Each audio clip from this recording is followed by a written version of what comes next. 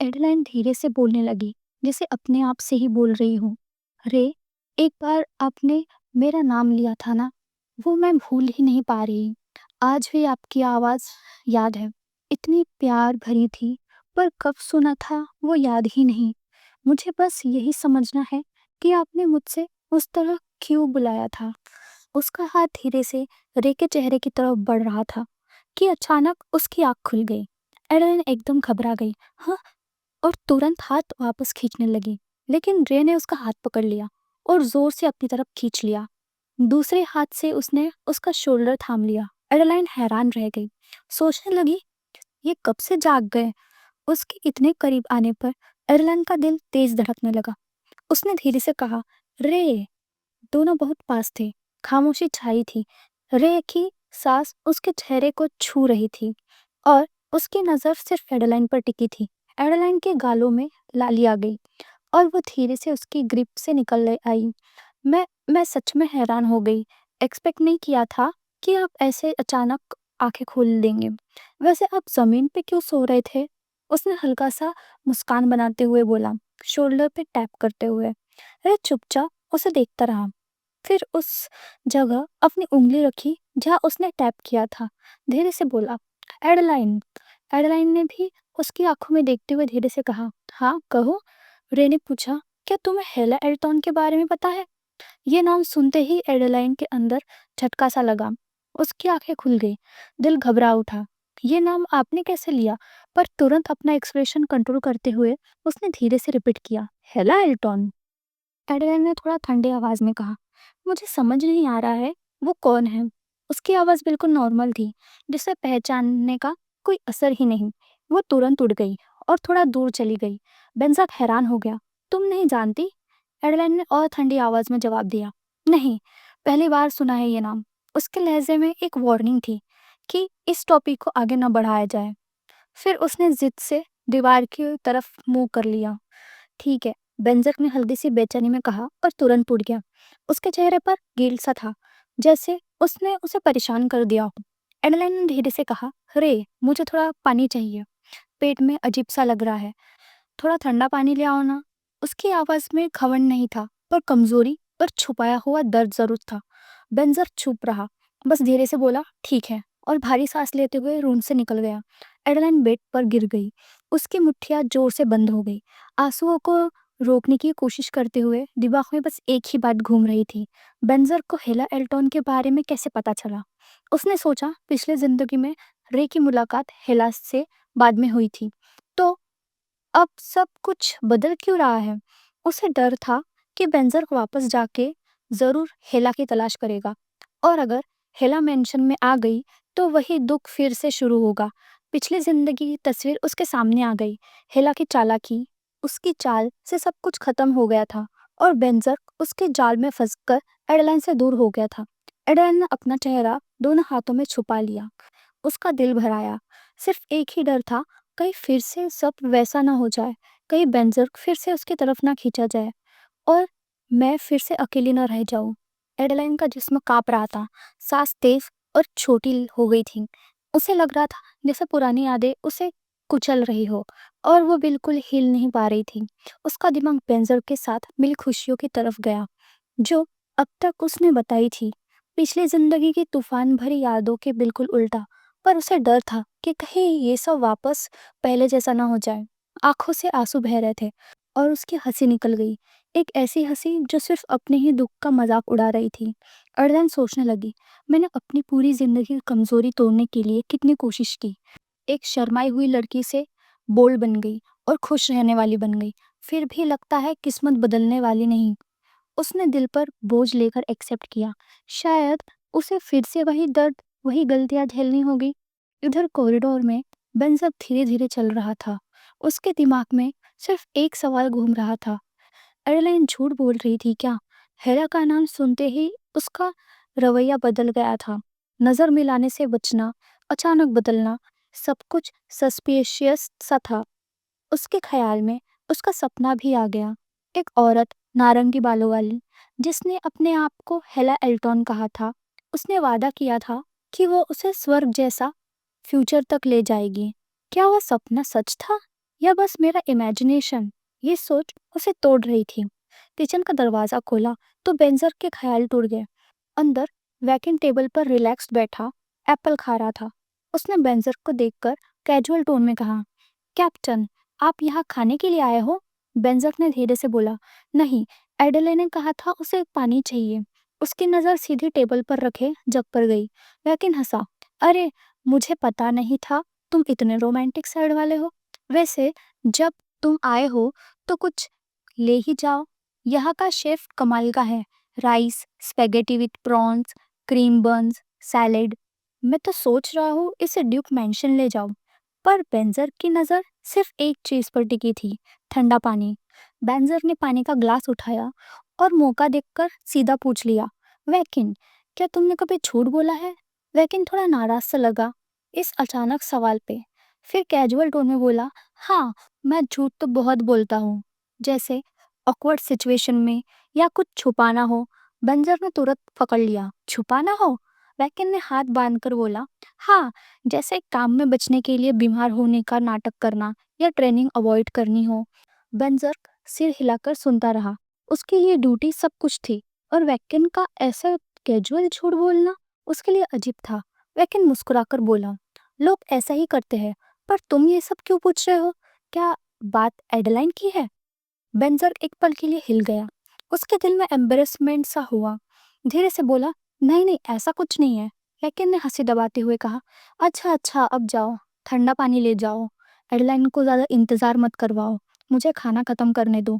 Berger कुछ कहने ही वाला था कि वैकिन ने उसे धक्का देकर बाहर कर दिया और ज़ोर से दरवाज़ा बंद कर दिया।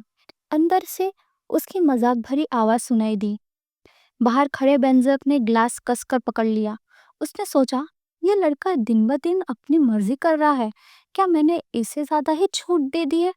रूम की तरफ लौटते हुए उसके अंदर एक और डर जाग गया। एडलाइन से बात कैसे करूं? वो अपने इमोशंस छुपा लेती है, पर दुख उसके चेहरे पे साफ दिखता है। अगर मैं ज्यादा प्रेशर दूंगा तो वो फिर वही एडलाइन बन जाएगी जो मैंने अपने सपने में देखा था, और मैं उस रूप का सामना नहीं करना चाहता। ये सब सोचते हुए उसने गहरी सांस छोड़ी और डिसाइड किया, एडलाइन को थोड़ा स्पेस देना होगा। शायद एक दिन वो खुद अपनी बात शेयर करे, तब हम दोनों मिलके उस प्रॉब्लम का सामना करेंगे। सुबह की रोशनी गोल खिड़की से आके कमरे में फैल रही थी। एडलाइन बेड पर सीधी पड़ी थी, जैसे अपने ख्यालों में उलझी हो। सिर्फ कुछ मिनट हुए थे बेंजर को पानी लेने गए, पर उस छोटी सी देर में उसका दिमाग तूफान बन गया था। बेंजर को हेला के बारे में पता चल गया। ये सोच उसके दिल पे बोझ बन गई। कमरा पूरा सूना लग रहा था, पर उसके अंदर अंधेरा छाया था। उसे लग रहा था जैसे बेंजर के साथ जो रिश्ता इतना मजबूत बना था, वो अब धीरे धीरे टूट रहा है। उसके दिमाग में सवाल घूमने लगा, हेला ने इतनी आसानी से हमारी जिंदगी में कदम कैसे रख दिया? क्या ये सब कोइंसिडेंस था या किस्मत की चाल? एडेलाइन ने अपना हाथ अपने आंखों पर रख दिया, जैसे अंधेरों में ही उसे सुकून मिल रहा हो। क्या मैं हमेशा से उसकी मौजूदगी को इग्नोर करती रही, या मेरी यादें ही मैनिपुलेट कर दी गई थी? कमरे में रोशनी बढ़ रही थी, पर उसके दिल का तूफान और तेज हो रहा था। उसे लग रहा था जैसे बैलेंस कभी भी टूट सकता है। एक बात उसने समझ ली, अब बेंजक हेला का रास्ता ढूंढेगा, और जब उसने उसे ढूंढ लिया तो मेरा क्या होगा? उसका दिमाग तुरंत पिछली जिंदगी के ब्लैक टावर की तरफ गया। वो कैद, वो तन्हाई, वो दर्द। आंखें बंद करते ही सब यादें फिर से जिंदा हो गई। उसने महसूस किया जैसे फिर से सब उसे छीन लिया जाएगा। फिर भी उसके दिल के कोने में एक छोटी सी रोशनी थी, एक उम्मीद जो बूझने से इनकार कर रही थी। एडलाइन का दिल बोझ से भर गया। उसे लग रहा था जैसे हेला के जाल में फंसने के साथ वो खुद भी उसे धोखे का हिस्सा बन गई हो। उसके झूठ और छुपाए हुए राज उसी को काटने लगे। दिमाग में एक कहानी घूम रही थी, शेपर्ड और वुल्फ वाली। शेपर्ड भी झूठ बोलकर अपने ही अंजाम ले गया था। क्या मैं भी उस रास्ते पे हूँ? उसने सोचा, अगर बेंजर को सच पता चल गया तो उसकी नज़र में सिर्फ गुस्सा और धोखे का एहसास होगा, और वैकिन शायद वो भी मुझसे मुंह मोड़ लेगा। हर सोच पहले से ज्यादा खौफनाक लग रही थी। इसी बेचैनी में अचानक दरवाजे पे नॉक हुआ। एडेलाइन एकदम से हिली, दिल तेज धड़कने लगा। धीरे से खड़ी हुई, अपने आप को तैयार करने लगी उस समय वाले तूफान के लिए। बाहर पेंजक था, हाथ में ठंडा पानी लिए। उसकी आवाज आई, नर्व और रिस्पेक्ट से भरी। एडले, क्या मैं अंदर आ सकता हूँ? एडेलाइन ने एक पल रुक कर जवाब दिया, हाँ हाँ हाँ, आ जाइए। उसकी आवाज में डर भी था और उम्मीद भी। बेंजक धीरे से अंदर आया। रूम में एक खामोशी छाई रही, जैसे दोनों के बीच कुछ कहना बाकी हो। उसने पानी का ग्लास आगे बढ़ाया। चेहरे पर कंसर्न साफ दिखाई दे रहा था। एडेलाइन ने सिर हिलाकर पानी लिया और धन्यवाद दिया।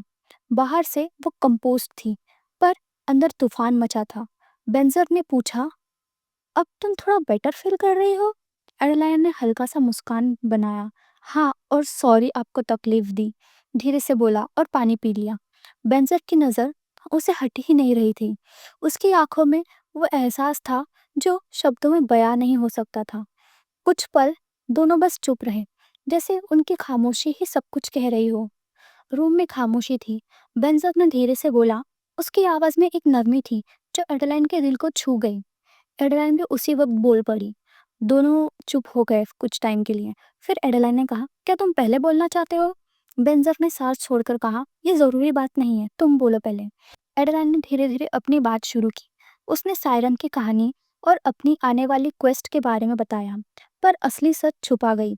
हाथ में ग्लास कस के पकड़ रखा था, जैसे वही उसका सहारा हो। बेंजर ने सीधा पूछा, क्यों? उसकी क्यूरियोसिटी क्लियर थी। एडेलाइन ने नजर झुकाकर बोला, बस एक एक्सीडेंट रोकने के लिए, और अभी इतना ही कह सकती हूँ। बेंजर फिर शांत लेकिन पक्के अंदाज में बोला, तुम फिर से डिटेल्स छुपा रही हो ना? एडेलाइन ने थक कर कहा, अभी नहीं बता सकती। उसकी आवाज में रिग्रेट था, जैसे समझाना चाह रही हो पर मजबूर हो। कुछ पल दोनों चुप रहे। सिर्फ शैंडलियर की रोशनी उनके बीच गिर रही थी। तभी बेंजर ने वो बात छेड़ दी जो दोनों के दिमाग में घूम रही थी। मैं ये प्रोफेसी की वजह से भी पूछ रहा था। एडलाइन का चेहरा बदल गया। उसने नजर हटा ली। गिल्ट और दर्द दोनों दिख रहे थे। उनके रिश्ते की कसौटी चल रही थी। एडलाइन धीरे से बोली, तुमने इसे इतने जल्दी एक्सेप्ट कर लिया? क्या सिर्फ इसलिए क्योंकि तुमने कहा था कि तुम मेरी हर बात मानोगे? बेंजर ने सीधा जवाब दिया, हाँ। उसकी आवाज पक्की थी, पर अंदर कहीं शक छुपा था। एडलाइन उससे देखती जा रही थी। दिल में सवाल उठ रहा था, वो मेरी हर बात क्यों मान रहा है? उसे तो मेरी असली सच्चाई तक नहीं पता। यह उलझन उसे तोड़ रही थी। ख्यालों में डूबी एडलाइन को तभी होश आया जब पेंजर बिल्कुल सामने आ गया। उसकी नज़र इतनी गहरी थी कि एडलाइन को बेचैनी हो गई। एडले, उसकी नरमी भरी आवाज़ ने एडले को ख्यालों से खींच लिया। एडलाइन हल्की सी मुस्कुराहट के साथ बोली, सॉरी, थोड़ी देर मेरा ध्यान भटक गया था। उसका चेहरा लाल हो गया, जैसे शर्मिंदा हो। बेंजर ने नरमी से कहा, मैं देख रहा हूँ। उसकी आंखों में छुपी चिंता उसे थोड़ा आराम देने की कोशिश कर रही थी। फिर बोला, वैसे वैकिन बार बार कह रहा था कि तुम्हें डिनर के लिए बुलाऊं। एडलाइन की आंखें थोड़ी बड़ी हो गई। वे, वैकिन ने तुमसे ये बोला? I am impressed. उसका टोन में असली सरप्राइज छुपा था। बेंजर थोड़ा उदास होते हुए बोला, इसमें इम्प्रेस होने जैसा कुछ नहीं, उसे बस फॉरेन फूड का क्रेज है। उसके दिमाग में वैकिन की चाइल्डिश एक्साइटमेंट आ गई, जो खाने की टेबल पर हमेशा चमकती थी। एयरलाइन ने ज़्यादा देर नहीं लगाई, चलो नीचे चलते हैं, वरना वो और भी डिशेस ले आएगा। उसने जल्दी से अपने शूज़ बांध लिए और उठकर दरवाजे की तरफ चल दी। स्टेयर्स तक आते ही जैसे कुछ याद आया, रुक कर बोली, और हाँ, मैं 3 दिन में सायरन्स की सर्च स्टार्ट करने वाली हूँ। बेंजर ने तुरंत घबराहट से कहा, ठीक है, मैं भी हेल्प करूँगा। उसके लिए एडेलाइन की सेफ्टी सबसे ज़्यादा इम्पोर्टेंट थी। एडेलाइन दरवाजे के हैंडल को पकड़ने ही वाली थी कि पलटकर उसकी तरफ देखा। उसके चेहरे पर हल्की उदासी थी और उसने पूछा, तुमने ऐसा क्यों कहा? बेंजर ने कंफ्यूज होते हुए हाथ बढ़ाया और कहा कि मैंने? एयरलाइन ने जल्दी से कहा, कुछ नहीं, बस बेकार सा सवाल था, सॉरी। मैं नीचे जा रही हूँ, और बिना रुके वो निकल गई। बेंजर उसके पीठ देखते रह गया। दिल में चुभन सी हुई, हाथ धीरे से नीचे गिर गया। उसके दिल में अजीब सा खालीपन सा था, जैसे वो सपने याद आ रहे हो जहाँ एडेलाइन हमेशा उसे दूर दिखाई देती थी। हल्की आवाज में बस एक शब्द निकला, एडेलाइन। और फिर उसने नजर झुका ली। दिल और दिमाग दोनों उलझन में डूब गए। पिछले 3 दिन से उनकी टीम लगातार आइलैंड और समुद्र में सायरन को ढूंढ रही थी। आसमान नीला और बादल इधर उधर, ऊपर से सीगल्स घूम रहे थे। वैकिन और रे पानी से बाहर आए, गहरी सांस लेते हुए। वैकिन ने व्हाइट स्विम सूट पहना था और बेंजर ब्लैक अटायर में था। दोनों के बाल भीगे हुए उनके चेहरे से चिपके थे। शिप की छत से एयरलाइन ने हाथ मुंह पे रखकर जोर से पुकारा, रे, वैकिन, मिला क्या? वैकिन ने नीचे से अफसोस भरी आवाज में जवाब दिया, सॉरी एडले, कुछ नहीं मिला। बेंजर भी साइड से बोला, कुछ नहीं मिला। एडलाइन का चेहरा थोड़ा उदास हो गया। उसने ब्लैक स्कर्ट और हाफ शोल्डर टॉप पहना था। गले में स्निक ब्लैक चोकर, हवा में उसके ब्लॉन्ड बाल उड़े जा रहे थे। आंखों में चिंता और थोड़ा सा डर भी था। उनकी सर्च इजी नहीं थी। रीफ्स और छोटे छोटे आइलैंड्स के बीच शिप को संभालना मुश्किल पड़ रहा था। ऊपर से एडलाइन को सायरन के बारे में ज्यादा नॉलेज नहीं था, और उसे याद आया कि पहले उसके ओपिनियंस अक्सर इग्नोर कर दिए जाते थे। हेला एल्टॉन की बात हमेशा आगे रखी जाती थी। तभी कैप्टन धीरे से आया और बोला, सॉरी इंटरप्ट कर रहा हूँ, पर एक प्रॉब्लम है। एडलाइन ने उसकी तरफ मुड़कर पूछा, क्या हुआ? कैप्टन ने हल्की सी घबराहट के साथ कहा, मैजिक स्टोन खत्म हो रहा है, हम ज्यादा देर एमलेसली सर्च नहीं कर सकते। एडलाइन ने थोड़ा सोचा, फिर सीधे जवाब दिया, ठीक है, कल तक सर्च करेंगे। अगर कुछ नहीं मिला तो मेन आइलैंड लौट जाएंगे। उसकी आवाज में पक्का इरादा था। कैप्टन ने सिर झुकाकर कहा, वेरी वेल। और उस दिन सर्च की वही खत्म करके सब अपने क्वार्टर्स में आराम के लिए चले गए। शिप अब एंकर करके शांत पानी में खड़ा था। फुल मून की रोशनी ने समुद्र को एक अलग सी चमक दे रही थी। एलन के कैबिन का दरवाजा धीरे से खुला। वो लैटन लेकर बाहर आई। डेक पर बिल्कुल सन्नाटा था। उसने धीरे से सोचा, सब लोग शायद सो रहे हैं। क्रू अपने क्वार्टर्स में था और एडेलाइन के मन में एक अर्जेंसी थी। उसने थोड़ी देर हेजिटेट की, फिर अपने आप को संभाला। अब और ऑप्शन नहीं है। उसके चेहरे पर डिटर्मिनेशन साफ दिख रहा था। वो डेक के बीच में आई और स्पेल बुक खोलकर बैठ गई। ये पावरफुल स्पेल, सर्च मैजिक, उसने रे से सीखा था। पहले मुश्किल लगता था, पर अब उसे मैनेजेबल लग रहा था। लैटन की लाइट में उसने मंत्र ढूंढ लिया। उसने गहरी सांस ली, आंखें बंद की। थोड़ा डाउट आया, क्या ये होगा भी? पर तुरंत फोकस कर लिया। जमीन पर बैठकर लैटन साइड में रखा। बेंजर की ट्रेनिंग को याद करके हर स्टेप केयरफुली किया।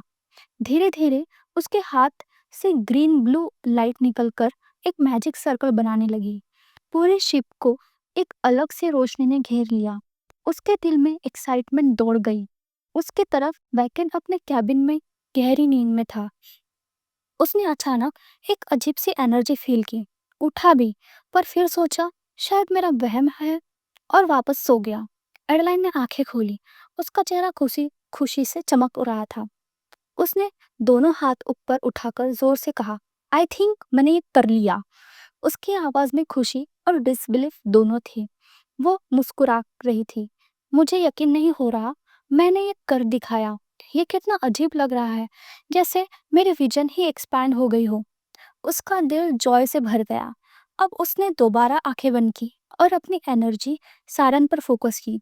हवा में एक हल्की वाइब्रेशन महसूस हुई, जैसे सायरन की प्रेजेंस पास ही हो। लेकिन जैसे ही उसने कंसंट्रेट किया, उसके दिमाग में पुरानी यादें तेज रोशनी की तरह लौटने लगी। एडलन के दिमाग में बेंजर की वो बात घूम गई, तुम कभी सर्च मैजिक यूज नहीं करोगी। ये लाइन उसके कॉन्फिडेंस पर थोड़ा शैडो डाल रही थी। उसने खुद से सोचा, पर मैंने ऐसा पावर कब से पा लिया? ये कहाँ से आ गया? डेक पर खड़ी वो अपने नए टैलेंट को समझने की कोशिश कर रही थी, पर जितना समझना चाहती उतना ही मिस्ट्री बढ़ रही थी। आखिर उसने खुद से कहा, जो भी हो, मैंने कर दिखाया। उसके चेहरे पर फिर सेटिस्फेक्शन आ गया। उसने सोचा कल रे और वैकिन परेशान नहीं होंगे, लेकिन वो मुझसे पूछेंगे कि मुझे कैसे पता चला। शायद बस मुस्कुरा दूंगी। लैटन लेकर वो कैबिन की तरफ चली गई, बिना ये जाने कि बेंजर शिप की छत से सब देख रहा था। बेंजर के मन में हलचल थी। उसने धीरे से कहा, एडेलाइन। उसके लिए ये मानना मुश्किल सा था कि वो सर्च मैजिक यूज कर रही थी। ये मैजिक तो सबके बस की बात ही नहीं। फिर ये कैसे? उसने अपने डाउट्स को समझने की कोशिश की। शायद मेरा ही मिस्टेक था। शायद जो उसने किया वो सर्च मैजिक था ही नहीं।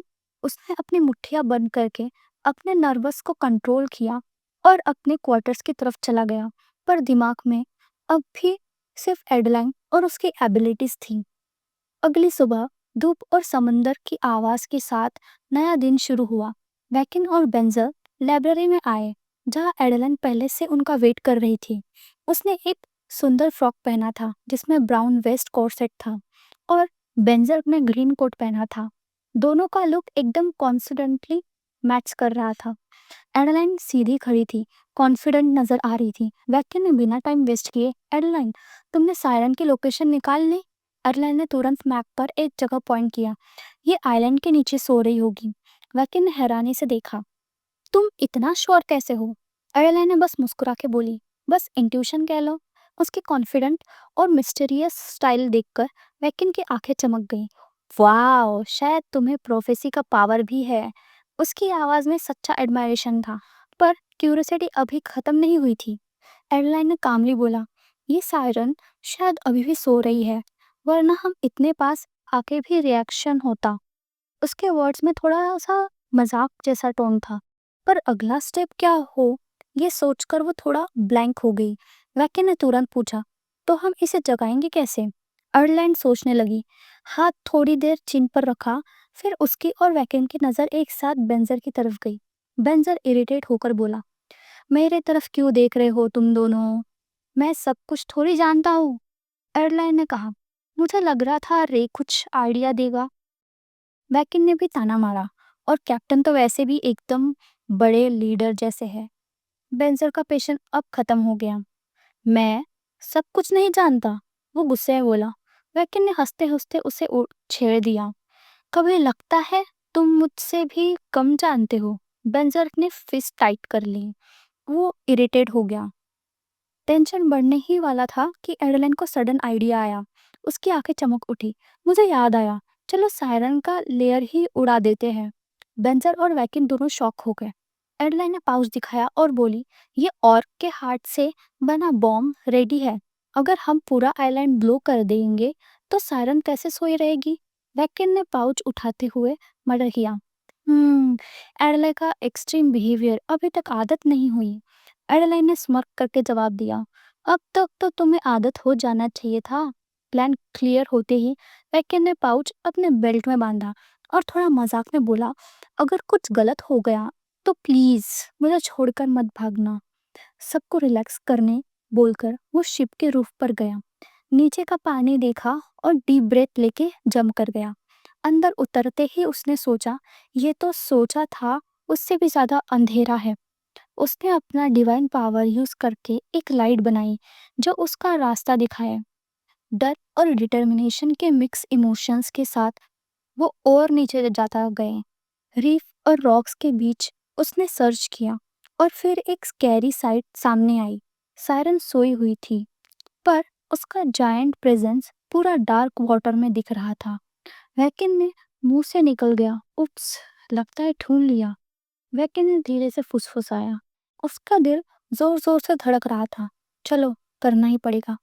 पानी के अंधेरों में उसे बस एक ही चीज क्लियरली दिख रही थी, वो ह्यूज सायरन जिसके लंबे टेंटिकल्स चारों तरफ फैल रहे थे। वैकिन का ब्लू लाइट डिवाइस उस जगह को और भी ज्यादा स्कैरी बना रहा था। ये तो बहुत बड़ा है, वैकिन ने शौक से बोला।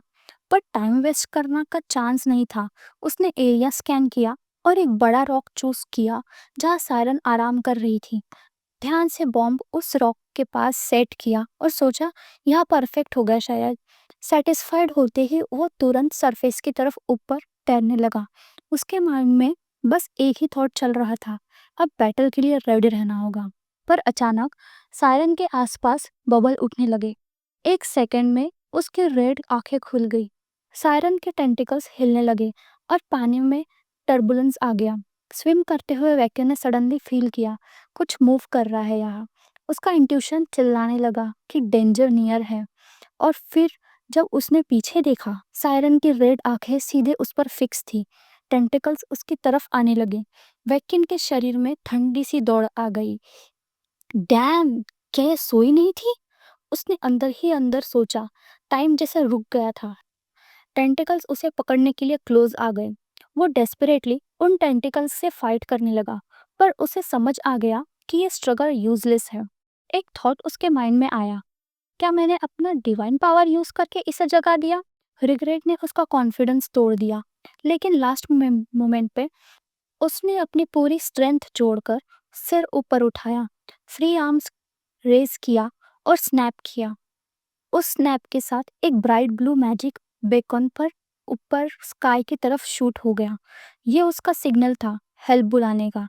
ऊपर शिप पर बेंजर और एडेलाइन ऑलरेडी टेंस खड़े थे, पानी के सरफेस को देखते हुए। हर सेकंड उनके लिए एक साल जैसा लग रहा था। सडनली समुंदर एक धमाके के साथ उठा। पानी की ह्यूज वेव्स एयर में चली गई और उसके बीच एक ब्रिलियंट ब्लू सिग्नल फुट उठा। छोटा सा बेकॉन अब एक बड़ा मैजिकल फ्लेयर बन गया था। एडलाइन और बेंजर दोनों पीछे हट गए, आंखों में शॉक और सस्पिशियस था।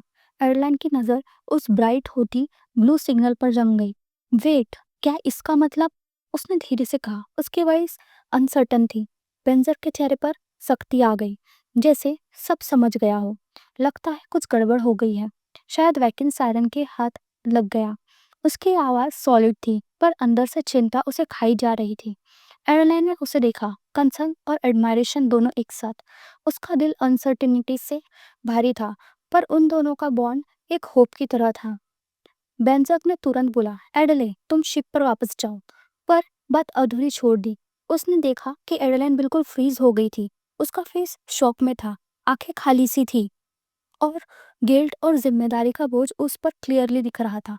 बेंजर का दिल घबरा गया। उसने हाथ बांधकर उसका नाम लिया, एडले। आवाज में दर्द था, लेकिन एडलाइन जैसे उसकी आवाज सुन ही नहीं रही थी। उसके माइंड में स्टॉर्म चल रहा था। क्या डेस्टिनी ट्रांसफर हो सकती है? जैसे एक श्राप। मैविन की डेथ उसे याद आई, और उसने जो चांस लिया था फेट को चेंज करने का, अब वो फेल होता हुआ दिख रहा था। जैसे अब बैकिंग उसकी वजह से प्राइस पे कर रहा हो। उसकी आंखों के सामने मेवन और वैकिन दोनों के चेहरे आ गए, जैसे साइलेंटली उसे ब्लेम कर रहे हो। अगर डेस्टिनी की थ्रेड्स डेथ ही लाती है, तो मेरा क्या होगा? ये थॉट उसके दिमाग में घूमता रहा, और वो अपने ही रिग्रेट और फियर में डूबती गई। तभी बेंजर की कमांडिंग वॉइस ने उसे रियलिटी में खींच लिया। गेट अ ग्रीप एडले। उसकी आवाज शार्प थी, जैसे एक तलवार ने एडलाइन के थॉट्स काट दिए हो। एडलाइन हिली। उसने बेंजर की तरफ देखा। मैं उसकी आवाज हिल रही थी, इमोशंस कंट्रोल नहीं हो रहे थे। बेंजर की आंखें अब भी पानी पर थी। रेस्टलेस वेव को देखते हुए उसके ब्रॉ पर गहरी लकीरें पड़ गई थी। धीरे से वो शिप के फ्लोर पर बैठ गया। उसकी बॉडी लैंग्वेज खुद बता रही थी कि सिचुएशन कितनी सीरियस है। एयरलाइन की नज़र उस तलवार पर टिक गई जो वैकन के थे और अब शिप पर छोड़ दी गई थी। ये एक साइलेंट रिमाइंडर था कि आगे का सफ़र कितना खतरनाक होने वाला है। बेल्जर्क ने जल्दी से कहा, एडलाइन, तुम कैबिन में वापस जाओ। अब तुम्हें बचाने के लिए कोई नहीं है। वैकन भी पकड़ा जा चुका है। उसकी आवाज़ में अर्जेंसी थी, पर उसके अंदर छुपी चिंता एडलाइन ने महसूस कर ली। एडलाइन तुरंत बोली, मैं हमेशा किसी से प्रोटेक्शन नहीं चाहती। मैं भी मैजिक यूज़ कर सकती हूँ। कम से कम अपना खुद का बचाव तो कर ही सकती हूँ। उसकी आवाज़ में गुस्सा था, गाल लाल हो गए थे।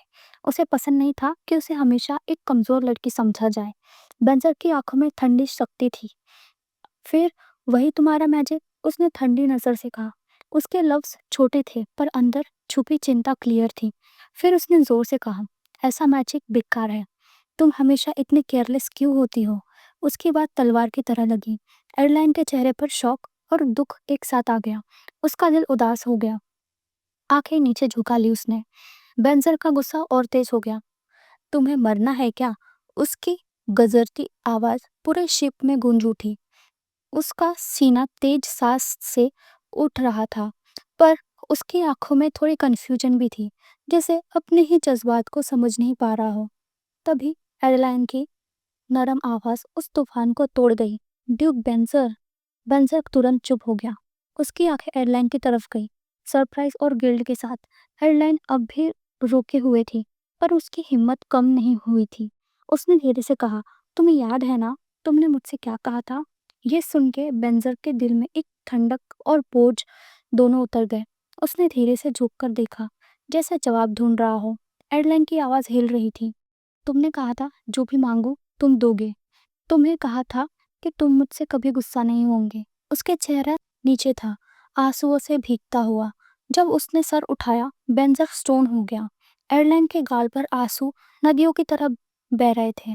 उसने दर्द भरी आवाज में कहा, तो सब झूठ था? तुम्हारी हर एक बात झूठ थी? उसके लफ्ज ने बेंजर के दिल को छेद दिया, जैसे छुरी अंदर तक उतर गई हो। एडलाइन के दर्द का बोझ बेंजर को तोड़ रहा था। उसके पास कहने को कुछ नहीं था, बस गिल्ट और रिग्रेट उसके अंदर भर गया था। उसे समझ आ गया कि उसके शब्द ने एडलाइन को अंदर तक चोट पहुंचाई है, पर उनका ये पल ज्यादा देर तक नहीं टिक पाया। नीचे समुंदर में जोर का हलचल हुआ। वैकिन सायरन के जाल में जूझता दिखा गया। दोनों तुरंत रियलिटी में लौट आए। एडलाइन ने ठंडी सी आवाज में कहा, जाओ वैकिन को बचा लो। उसने अपनी पीठ घुमा ली, जैसे अपने दुख के अंधेरे को में खो गई हो। बेंजर उसका चेहरा नहीं देख पा रहा था, पर उसके लफ्जों में गहरा दर्द साफ महसूस हुआ। बेंजर ने धीरे से कहा, एडले, मैं तुम्हें अकेला नहीं छोड़ सकता। उसकी आवाज पहले की तरह सख्त नहीं थी, नरम थी, जैसे वो फिर से एक चांस मांग रहा हो। एडलेन ने उसकी बात काट दी। मैंने कहा ना जाओ। उसके लफ्ज बिजली की तरह थे, और गुस्से और दर्द से भरे। बेंजर एक पल को सुन्न हो गया। उसके गुस्से की तेजी ने उसे हिलाकर रख दिया। उस पल बेंजर को समझ आ गया कि उसने गलती कितनी बड़ी की है। एडेलाइन की ताकत को इग्नोर करके उसे हमेशा सिर्फ बचाने लायक समझा। उसने ठंडी सांस छोड़कर बस इतना कहा, ठीक है, और उसकी तरफ पीट करके शिप के क्रू की तरफ मुड़ गया। उसके दिल में अब एक बोझ और पछतावा था। बेंजर का इरादा अब भी मजबूत था, चाहे उसके अंदर कितनी भी हलचल चल रही हो। ध्यान दो सब लोग। उसकी आवाज डेक पर गूंजी। उसने अपना कोट खोलना शुरू किया, जैसे अपने आचरण से सबको दिखाना चाहता हो कि वो इस मिशन में पूरी तरह लगा हुआ है। सायरन जल्दी जाग गई है। तुम्हें याद है ना, उसके गीत को सुनना कितना खतरनाक है। सब लोग वैक्स का ईयर प्लग लगाओ। उसके शब्द में एक अथॉरिटी थी, जो क्रू को तुरंत एक्शन में ले आई। हर कोई तेज गति से ईयर प्लग लगाने लगा। एयरलाइन उनके बीच घूम रही थी। उसके चेहरे पर घबराहट भी थी और हिम्मत भी। वही बेंजर बिना झिझके लड़ाई में कूद पड़ा। उसकी तलवार एक झटके में सायरन की एक लंबी टेंटिकल्स काट गई। समुंदर में उसके गिरने की वजह से आवाज गूंज उठी। बेंजर के दिमाग में सिर्फ एक ही चीज थी, सायरन को हराना और अपने लोगों की रक्षा करना। शिप पर खड़ी एडेलाइन का दिल जोर से धड़क रहा था। उसकी आंखों में चिंता साफ थी, पर दिल के किसी कोने में बेंजर के लिए प्यार भी था। उसने चुपके से एक प्रार्थना की, बस सब सुरक्षित लौट आए। फिर उसकी नज़र अपने हाथ में बंधे चमकदार नीले मैजिक स्टोन पर गई। ये पत्थर स्पेल्स को स्टोर करके उन्हें और ज़्यादा शक्तिशाली बना सकता है। उसने ठान लिया कि वो भी इस जंग में अपना योगदान देगी। एडलाइन ने गहरी सांस ली और दोनों हाथों में स्टोन को मजबूती से पकड़ा और अपने मन में स्पेल कॉन्सेंट्रेट करने लगी। उसकी हिम्मत अब एकदम साफ थी। मैं भी कुछ कर सकती हूँ। इस पल में उसे एक पुरानी याद छू गई। जब वो बेंजर के साथ जंगल में खड़ी थी, उसने वही मैजिक स्टोन पहली बार हाथ में उठाया था। उस वक्त उसके अंदर सिर्फ शक और घबराहट थी। क्या मुझे बस इससे फेंकना होगा? उसने बेंजर से पूछा था, और उसकी आवाज में डाउट भी था। स्टोन की तरफ देखती हुई उसने फिर से कहा, और अगर कहीं फेंकने की जगह ही ना हो तो? वो जंगल की खामोशी उसके डर को और गहरा बना रही थी। पर आज शिप पर खड़ी एडलाइन के डर से ज्यादा एक और एहसास जिंदा था, अपने लोगों को बचाने का। बेंजर अपने ब्लैक यूनिफॉर्म और उड़ते क्लॉक में एकदम मजबूत खड़ा था। उसका सीरियस चेहरा एडेलाइन के डाउट के बीच में एंकर जैसा लग रहा था। उसने हाथ उठाया और मैजिक स्टोन हवा में उठ गया। तुम्हें टेंशन लेने की ज़रूरत नहीं है। ये बस उन लोगों के लिए प्रॉब्लम होता है जो माना नहीं रखते, बेंजक ने शांत आवाज में कहा। उसने बस एक सोच से स्टोन उड़ा दिया। पत्थर टुकड़े टुकड़े होके हवा में चमक रहे थे। ये याद आते ही एडेलाइन वापस प्रेजेंट में आ गई। उसने अपना स्टोन और टाइट पकड़ा। बेंजर की बातों से उसके अंदर हिम्मत जग गई। झुक्के से उसने मन ही मन शपथ लिया, मैं अपनी पावर का यूज करूंगी उन सबको बचाने के लिए जो मेरे अपने हैं। उसने हल्की सी मुस्कान के साथ कहा, कितना फनी है। अगर यूजलेस ही समझा तो मुझे बताया क्यों। उसकी आवाज में थोड़ा सेल्फ मॉकरी था, पर अंदर से वो अब तैयार थी। एडलाइन ने आंखें बंद की। सिर्फ एक चेहरा फोकस में था, सायरन का। उसने स्टोन मैजिक की सारी बेसिक चीजें याद की, स्पेल और इमेजरी। हाथ में स्टोन उठाते ही उसका डिटर्मिनेशन और चमक उठा। शायद फायर सही रहेगा, उसने बोल्ड आवाज में कहा। स्टोन लाल रोशनी से ग्लो करने लगा और तुरंत ही तेज आग निकलकर पानी चीरने लगी। अगर ये शार्प और स्ट्रांग हो जाए तो और अच्छा होगा, एडलाइन ने अपनी मैजिक को शेप देते हुए कहा। अग्नि एक रेजर शार्प फॉर्म में बदल गई, जैसे तलवार की धार हो। फ्लेम सायरन की तरफ तेज रफ्तार से भड़क उठी। एडेलाइन का दिल तेज धड़क रहा था, पर उसके चेहरे पर सिर्फ हिम्मत थी। दूसरी तरफ बेंजरक शिप के फ्लैग पोल पर खड़ा सब देख रहा था। अभी तक सिचुएशन स्टेबल लग रही थी, पर उसकी सबसे बड़ी फिक्र वैकिन था। उसने एक टेंटिकल काट दिया था। अब उसका अगला स्टेप था वैकिन तक पहुंचना। पर तभी उसकी नज़र घूमी और उसने देखा कि वैकिन के पीछे से फायर एरो की एक वॉली तेज रफ्तार से सायरन की तरफ जा रही थी। बेंजर हैरान रह गया। ये किसने किया? वैकिन खुद? ये या सायरन का कोई डिफेंस ट्रिक है? उसने कभी इमेजिन भी नहीं किया था कि ये एडलिन का काम हो सकता है। उसके थॉट्स तोड़ दिए वैकिन की चीखने वाली आवाज ने। कैप्टन, मैं ज्यादा देर तक होल्ड नहीं कर पाऊंगा। केओस के बीच वैकिन के डेस्परेट पुकार सबको हिला गई। सायरन की पकड़ और ज्यादा टाइट हो गई थी, वैकिन को ऑलमोस्ट क्रश करने वाली। बेंज अब तुरंत होश में आया। उसने देखा फायर एरोस की ट्रेजेक्टरी सीधे वैकिन के पास जा रही है। अब बिल्कुल टाइम नहीं था। एक तेज लीप के साथ बेंजर वहां पहुंचा जहां वैकिन सायरन के टेंटिकल्स में फंसा था। किस्मत ने साथ दिया, फायर एरोज ने वही टेंटिकल चीर दिया और वैकिन नीचे गिरने ही वाला था। बेंजर ने बिना एक सेकंड वेस्ट किए उसे मिड एयर में पकड़ लिया, दोनों को नीचे गिरने से बचाया। ग्राउंड के टच करने से पहले ही उसने अपना ब्लू ऑरा से एक शील्ड बनाया जो उनके नीचे चमक उठी। सेफ लैंडिंग हो गई। बेंजर एक घुटने पर उतरा और वैकिन उसकी बाहों में था। हल्का सा सांस लेते हुए वैकिन बोल पड़ा, कैप्टन, आपने मेरी जान बचा ली, मैं हमेशा आपका एहसानमंद रहूंगा। पर बेंजर ने उसे बीच में ही रोक दिया, आवाज काम लेकिन अथॉरिटी से भरी। वैकिन, तुरंत एडेलाइन के पास जाओ। उसकी नजर अब भी सिर्फ सायरन पर थी, एक पल के लिए भी हटने को तैयार नहीं। वैकिन ने उसका चेहरा तो नहीं देखा, पर उसके वर्ड्स में सिचुएशन की ग्रेविटी समझ लिया। उनके आसपास एरो की चमक से एक ऑरेंज ग्लो फैल गया था। वैकिन खड़ा हुआ और तभी उसने देखा आसमान पर्पल हुआ है और चमक रहा है। मैजिक की वेव हवा में गुनगुना रही थी। एडेलाइन उसी ग्लो के नीचे खड़ी थी, स्टोन अपने सीने से लगाए, लिप्स हिल रहे थे। इनकांटेशन की आवाज स्लो और स्टेडी थी, पर एक पल में ही उसके वर्ड्स और गेस्चर्स ने क्रू को डीप स्लीप में धकेल दिया, जैसे उनके अंदर के सपने जिंदा हो गए और वो सब गिर पड़े।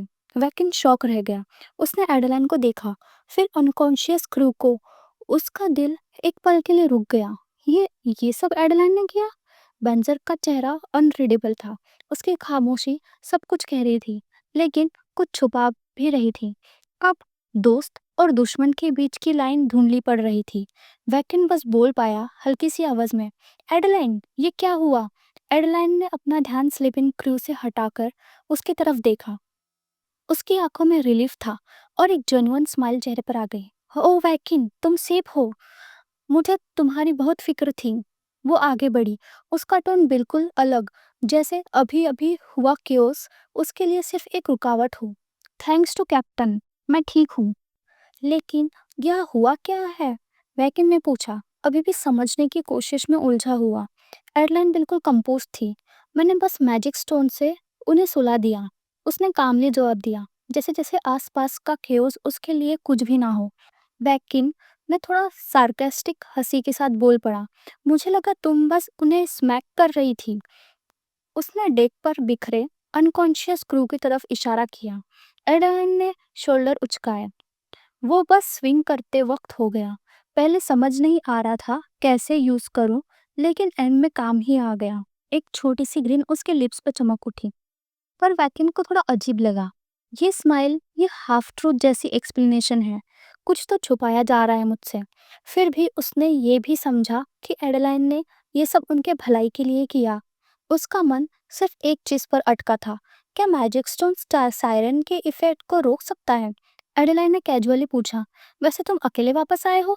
रे ने भेजा था ना? उसका टोन हल्का था, पर आंखों में क्यूरियोसिटी चमक उठी। वैकिन ने हाँ कहा, पर वर्ड्स अटक गए। रे के नाम आते ही हवा भरी लगने लगी, जैसे उसके इंटेंशन अभी भी एक रिडल हो।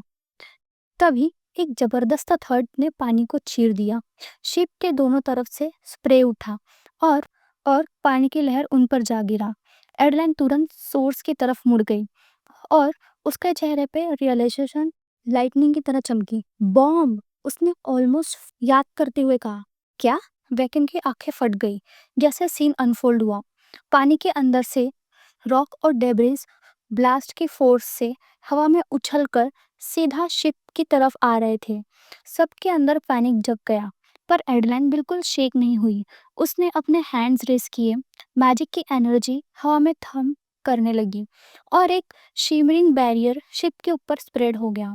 वैकिन ने ऑ में कहा, ये सीलिंग बैरियर है, ये कैप्टन ने बनाया जब वो लड़ रहे थे। उसकी आंखें शील्ड की चमक में फिक्स हो गई थी। रॉक टकराकर बिखर गए, शिप बिल्कुल सेफ था। और तब डेप्थ से वो उतरी, सायरन अपने फुल टेरिफाइंग फॉर्म में, आधी औरत आधा ऑक्टोपस, पर्पल टेंड्रिकल्स, रेड फेरी आइज, एक साइड जो किसी की रूह हिला दे। लेकिन बेंजर अपने कॉन्ट्रेट बैरियर के पीछे खड़ा था, गेज लॉक किए सायरन की आंखों में, जैसे दोनों के बीच एक साइलेंट ड्यूअल चल रहा हो। वैकिन! एडलन की वॉइस ने उसका ध्यान तोड़ा।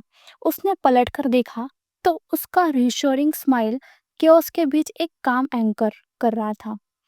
यहाँ हम सेफ है, तुम रे के पास जाओ। उसका टोन जेंटल था लेकिन फर्म। वैकिन का दिल भारी हुआ था। बेंजर की रिस्पॉन्सिबिलिटी भी थी, एडलाइन की सेफ्टी भी। उसने हिचकिचाहट में कहा, एडलाइन, तुम्हें यहाँ अकेले छोड़कर। एडलाइन ने उसे कट कर दिया। मैं वीक नहीं हूँ वैकिन, देखा है ना अब तक कितना यूजफुल रही हूँ। मेरा ट्रस्ट करो। उसकी आवाज़ में वही क्वाइट स्ट्रेंथ थी, हर वर्ड में प्रेशर, जैसे खुद के एग्जिस्टेंस को प्रूव कर रही हो। वैकिन ने उस पर समझदारी से फैसला लिया, चाहे कुछ भी हो जाए, एडलाइन में लड़ने की हिम्मत तो है।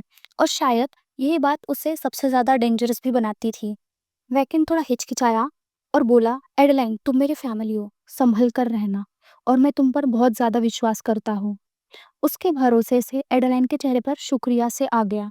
एडलाइन बोली, प्लीज़ अपना ख्याल रखना। वैकिन हल्का मुस्कुराया और बोला, तुम भी अपना ध्यान रखना, मैं अब कैप्टन के पास जा रहा हूँ। तलवार उठाकर उसने हाथ हिला के अलविदा किया और निकल गया। एडलाइन सोच रही थी, ये वर्ड्स कितने सूदिंग थे, काश ऐसे ही कुछ कभी बेंजर्क से सुनना मिलता। बिजली चमकी और तूफान के बीच वैकिन कैप्टन के पास पहुंचा। वो बोला, कैप्टन, मैं हेल्प करने आया हूँ। बंजर ने गुस्से से देखा। वैकिन, एडलाइन का क्या? उसे अकेला क्यों छोड़ दिया तुमने? वैकिन ने शांत टोन में कहा, एडलाइन पर भरोसा करो, उसकी चिंता मत करो। बेंजर ने भौवे चढ़ाकर कहा, तुम्हें कैसे पता? वैकिन अपने जज्बात को रोक नहीं पाया। कैप्टन, मैं आपके काम में दखल नहीं देना चाहता था, लेकिन अब भरोसा करो एडलाइन पर, वरना वो खुद ही सब छोड़ देगी। बरसात में उसने चीखा। बेंजर ने हैरानी और गुस्से से देखा। तुम कहना क्या चाहते हो? वैक्य ने तलवार निकाली। अब बातें बाद में करेंगे, पहले इसे खत्म करते हैं। उसने जादू से जगमगाती तलवार उठाई और सायरन की तरफ दौड़ा। होली स्वॉर्ड का वार कभी खाया है? बहुत दर्द होता है, उसने चिढ़ाया। अगले ही पल बिजली की रफ्तार से उसने सायरन का बायां हाथ काट दिया। सायरन चीख कर नीचे गिरी। उसका खून पानी में घुलने लगा।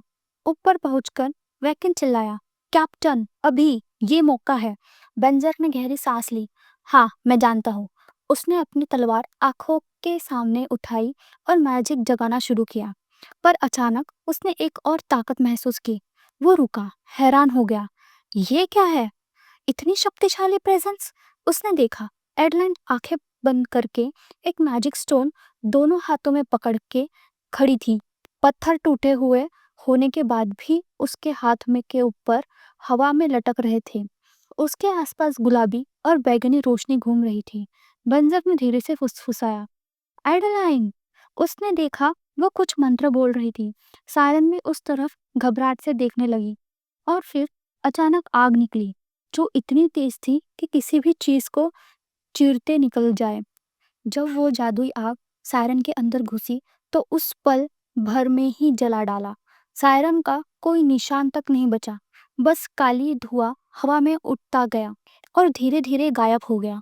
उसके साथ ही धूप फिर चमक उठी, आसमान खिल गया, बारिश रुक गई और सब कुछ रोशन लगने लगा।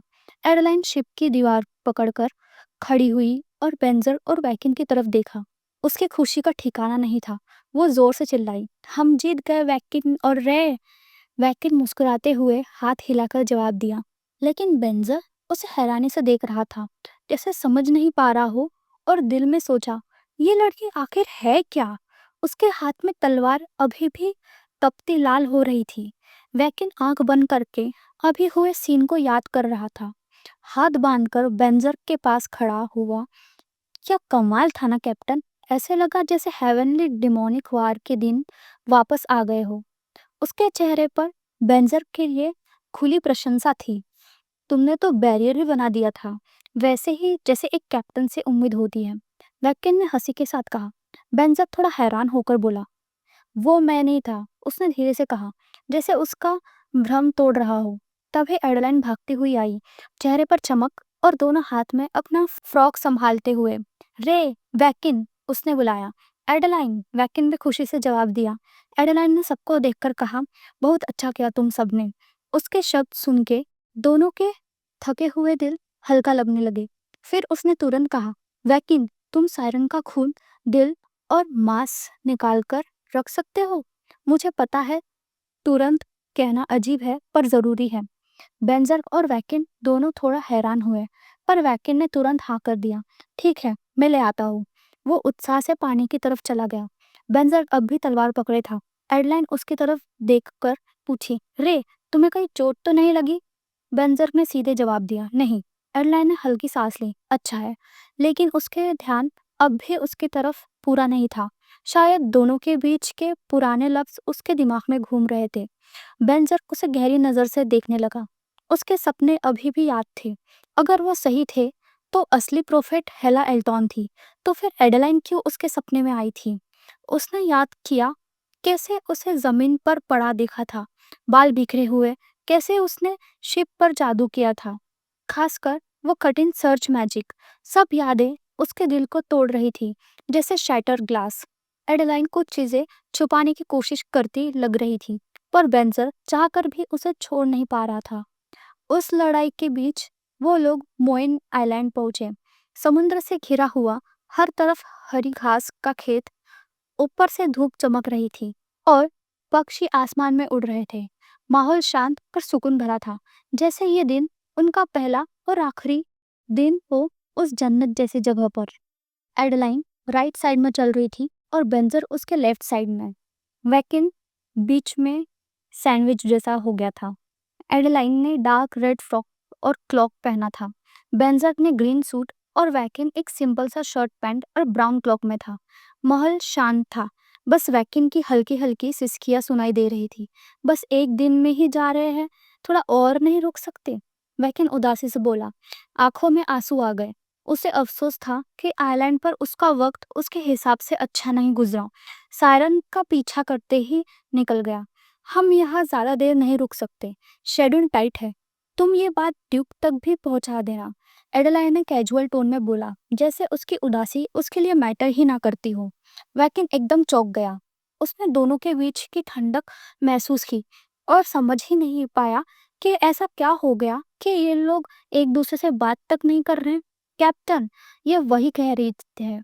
उसने बेंजर की तरफ देखा, आंखों में सवाल था, पर बेंजर चुप रहा, बस सीधे सामने देखते हुए आगे चलने लगा।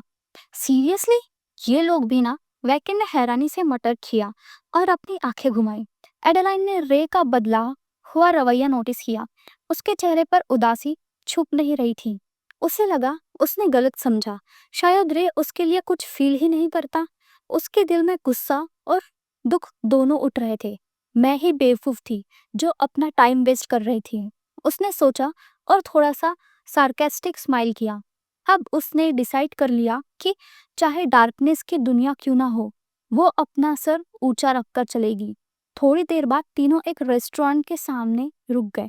सूरज की रोशनी अब तेज चमक रही थी और सामने एक अजीब ब्लू कलर का बिल्डिंग था। यही है रेस्टोरेंट जहां मियोन का बेस्ट शेफ कुकिंग करता है, एयरलाइन ने प्राउड टोन में बताया। वाओ, रेस्टोरेंट का नाम भी बढ़िया है। वैकिन ने आंख छोटी करके बिल्डिंग देखी और अप्रिशिएट किया। अंदर एंटर करने के बाद तीनों ने खूब खाया। चैंडलियर की लाइट में जगमगाता हॉल एकदम शांत और क्लासी लग रहा था। टेबल पर प्लेट्स की पाइल लग गई थी। बेंजर कामली अपने माउथ वाइप कर रहा था और वैकन कुर्सी पे बैक होके बोल उठा, बस अब और नहीं। हेवनली डेमोनिक वार के बाद पहली बार ऐसा टेस्टी खाना खाया। पेट तो ऐसा लग रहा है जैसे हवा से भर गया हो। एयरलाइन उसकी बात सुनकर मुस्कुरा दी। तो क्या हम इस शेफ को अपने साथ ले चलें? उसने थोड़ी मजाक भरी खुशी में पूछा। वेट, तुम कह रही हो हम शेफ को ही ले जाए? वैकिन ने हैरानी से कहा। एयरलाइन हंस दी और वेटर को बुलाया। क्या मैं तुम्हारे शेफ एस्टर से बात कर सकती हूँ? उसने पोलाइटली पूछा। वेटर तुरंत हाँ में सिर हिलाकर उसने किचन की तरफ ले गया। वैकिन ने नाम रिपीट किया, एस्टर। उसकी आंखों में हैरानी थी। उसने बेंजर की तरफ देखा, जैसे कुछ कंफर्म करना चाहता हो। क्या ये वही एस्टर हो सकता है जिसे हम जानते हैं? उसके दिमाग में पुरानी यादें चलने लगी और उसने अपना सिर हिलाकर खुद को समझाने की कोशिश की। रेस्टोरेंट के अंदर खाना चल रहा था, वैकिन मजे ले रहा था और बेंजर चुपचाप अपना माउथ वाइफ कर रहा था। वैकिन ने कुर्सी पे पीछे होते हुए बोला, वैसे कैप्टन, टेस्ट तो पुराने दिन याद दिलाता है। नॉस्टैल्जिक लग रहा है ना? बेंजर का चेहरा थोड़ा ढीला पड़ा। उसने हल्की सी मुस्कान के साथ कहा, हाँ, मुझे भी याद आया। उसका कुकिंग सच में अलग ही था। वैकिन ने कप उठाया और बोला, पर्सनैलिटी थोड़ी अजीब थी उसकी, पर खाना टॉप क्लास था। तभी एक आवाज आई, मुझे अजीब कहने का मतलब क्या है? और तुम जैसे मसल हेड मेरे बारे में ऐसा बोले, ये तो हद है।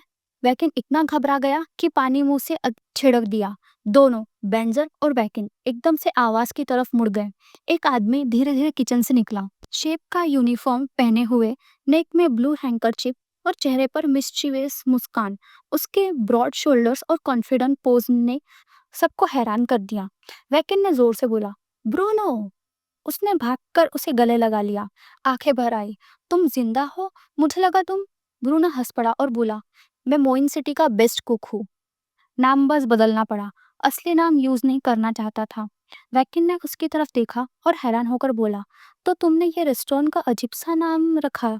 ब्रूनो ने चेस्ट ठोककर जवाब दिया, हाँ, नाम ऐसा रखा ताकि तुम मुझे आसानी से ढूंढ सको। और देखो, तुम आ गए। एडलाइन थोड़ी दूर खड़ी उन दोनों को देखकर मुस्कुरा रही थी। ब्रूनो ने उस पॉइंट करके धीरे से वैकिन से पूछा, बाय द वे, ये लड़की कौन है तुम्हारी? वैकिन ने हंसते हुए कहा, नहीं नहीं, ये कैप्टन की वाइफ है। एडलाइन ने आगे बढ़कर स्माइल के साथ कहा, नाइस टू मीट यू, मुझे एडलाइन कहो। ब्रूनो का चेहरा एकदम सीरियस हो गया। उसने तुरंत बेंजर को देखा जो चुपचाप उसे घूर रहा था। ब्रूनो के दिमाग में पुरानी यादें फ्लैश होने लगी। छोटा बेंजर खुशी से खाने खाता हुआ। ब्रूनो उसे कहता, रे, अच्छा लग रहा है। मैं तुम्हारे लिए हर दिन ऐसा खाना बनाऊंगा जब तुम बड़े हो जाओगे। वापस प्रेजेंट में आके ब्रूनो बेंजर के पास गया। उसके सामने झुककर बोला, आपका साथ देना मेरे लिए सम्मान की बात है ड्यूक। मैं अपना सब कुछ आपके लिए समर्पित करता हूँ कैप्टन। बेंज़र्क ने उसकी तरफ देखा और अपने इमोशंस छुपाते हुए बस इतना कहा, मुझे भी खुशी हुई तुमसे दोबारा मिलकर ब्रूनो। ब्रूनो और वैकेन फिर अपनी पुरानी मस्ती में लग गए, एक दूसरे को टीज़ करते हुए। एडेलाइन उन्हें देखकर ज़ोर से हँसी, उसे अच्छा लगा कि वो फिर से एक साथ हो गए।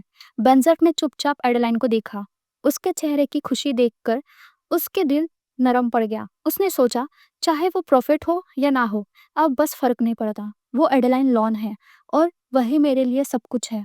उसने मन में कसम खा ली कि उनके बीच सब कुछ ठीक करेगा।